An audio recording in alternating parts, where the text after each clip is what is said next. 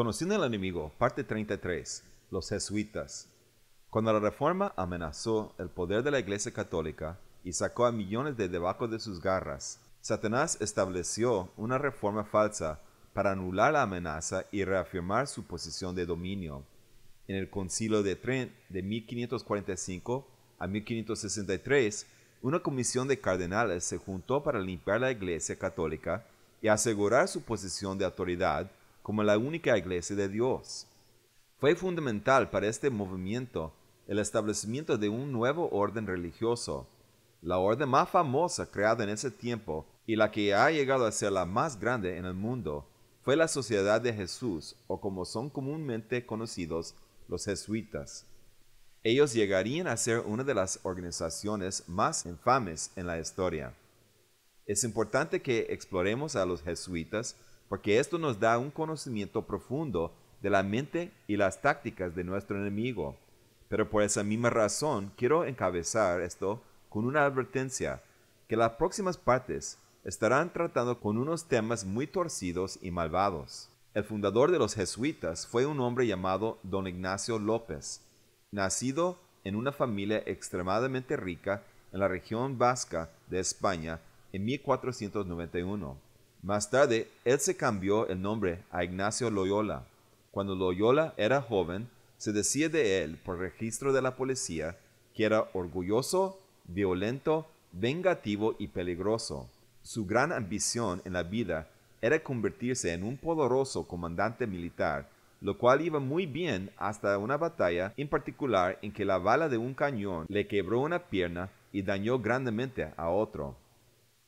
Este evento efectivamente terminó sus ambiciones militares. Fue removido del campo de batalla, se sometió a numerosas y dolorosas operaciones y pasó mucho tiempo en recuperación. Durante este periodo, Loyola tuvo una crisis nerviosa y luchó haciéndose a la idea de que su carrera en el ejército había terminado, al igual que su ambición en la vida. En este estado frágil de mente, acostado allí sin mucho más en qué pensar, empezó a leer un número de textos religiosos fantasiosos sobre el trabajo de santos católicos, particularmente inspirado por la vida de San Francisco de Asís. Se propuso imitar sus hechos y los de otros como él. Empezó a imaginarse a Jesús como un gran comandante militar y pensó que aunque su carrera en el ejército había terminado, podría en su lugar convertirse en una clase de general de Jesús en su ejército. Su meta sería capturar al mundo. Ahora, como lisiado, se trasladó al otro lado de España, a las montañas de Montserrat, donde había un monasterio benedictino. Dentro de este monasterio había un ídolo sagrado de una diosa llamada la Virgen Negra de Montserrat, enfrente de la cual se quedó en vigilia por 3 días. Allí se comprometió él mismo, al igual que su trabajo, a ella. Haciendo esto, él se comprometió con la diabólica diosa Acera. De aquí, él decidió que iría a Jerusalén y conquistaría el mundo musulmán al catolicismo. Sus ambiciones fueron, sin embargo, detenidos porque Barcelona tenía la plaga y él fue forzado a quedarse en el pequeño pueblo de Manresa por 10 meses en vez de seguir. Durante todos esos 10 meses, él vivió en una cueva torturándose física y mentalmente hasta que empezó a tener sueños y visiones. A través de estas alucinaciones, él declaró que la doctrina secreta de la Iglesia Católica le había sido enseñado por una forma en el aire cerca de él. Esta forma le dio mucho consuelo porque era extremadamente hermosa. De alguna forma parecía tener la figura de una serpiente y tenía muchas cosas que brillaban como ojos, pero que no eran ojos. Él recibió mucho deleite y consolación al contemplar este objeto, pero cuando el objeto se desvaneció, él se desconsoló.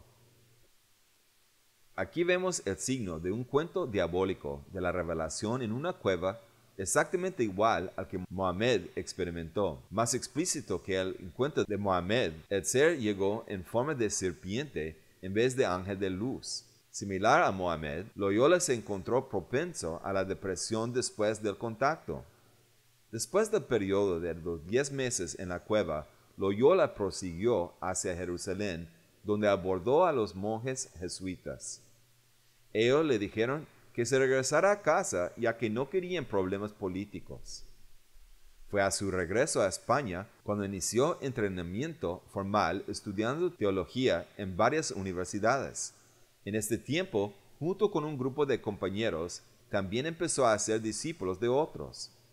Mientras Loyola predicaba, se hizo aparente que algunas de sus seguidoras femeninas se hicieron tan histéricamente fervientes que una de ellas cayó sin sentido, otras algunas veces se revolcaban en el suelo, a otras se le veía envuelta en convulsiones o temblando y sudando en angustia. Claramente, esta era actividad diabólica la que le siguió a su experiencia en la cueva, consecuencia del compromiso hacia el diabólico ídolo de acera, y por el resto de su vida, Loyola fue conocido por tener poderes misteriosos. En los años siguientes, fue puesto en la cárcel 2 veces bajo sospecha de que era miembro del Alborada, o como se les conocía entonces, el Illuminati. Descubriremos más sobre ellos más tarde. La descripción de la gente cayendo sin sentido y el de empezar a convulsionar quizá te recuerda a una escena de las iglesias cristianas en tiempos recientes. Para el año 1534, Ignacio Loyola tenía 6 compañeros clave. A todos los había conocido en la universidad y ellos formaban su hermandad militar inicial de la Sociedad de Jesús.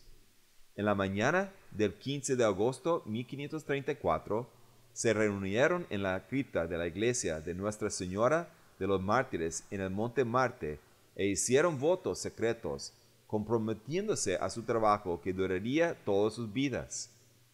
Como un hombre con un ejército clandestino, Loyola creó su orden con los principios y disciplinas a los que él estaba acostumbrado como soldado. El líder demandaba la obediencia incuestionable de sus inferiores. Loyola fue hecho el primer general superior de la orden y empezaron a trabajar oponiéndose a la reforma y restableciendo el dominio de la Iglesia Católica en Europa y alrededor del mundo. Llegaron a Roma y con el tiempo su sociedad fue aceptada por el Papa, que en ese tiempo era Pablo III. Pablo III había visto la necesidad del tal orden militar para repeler el progreso que la reforma protestante estaba haciendo, ya que la Iglesia Católica se había visto desprovista de poder hacer algo ella misma.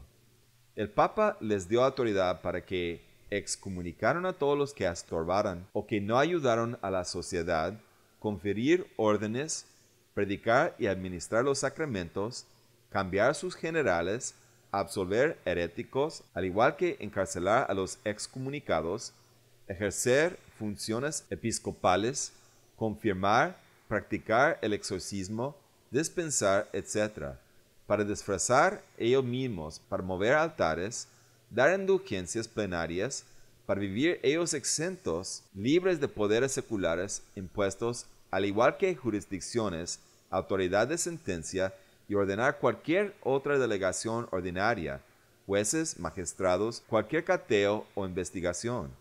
En otras palabras, a los jesuitas se les dio autoridad por la Iglesia Católica para que operaran sobre la ley y que emplearan cualquier medio necesario para hacer su trabajo.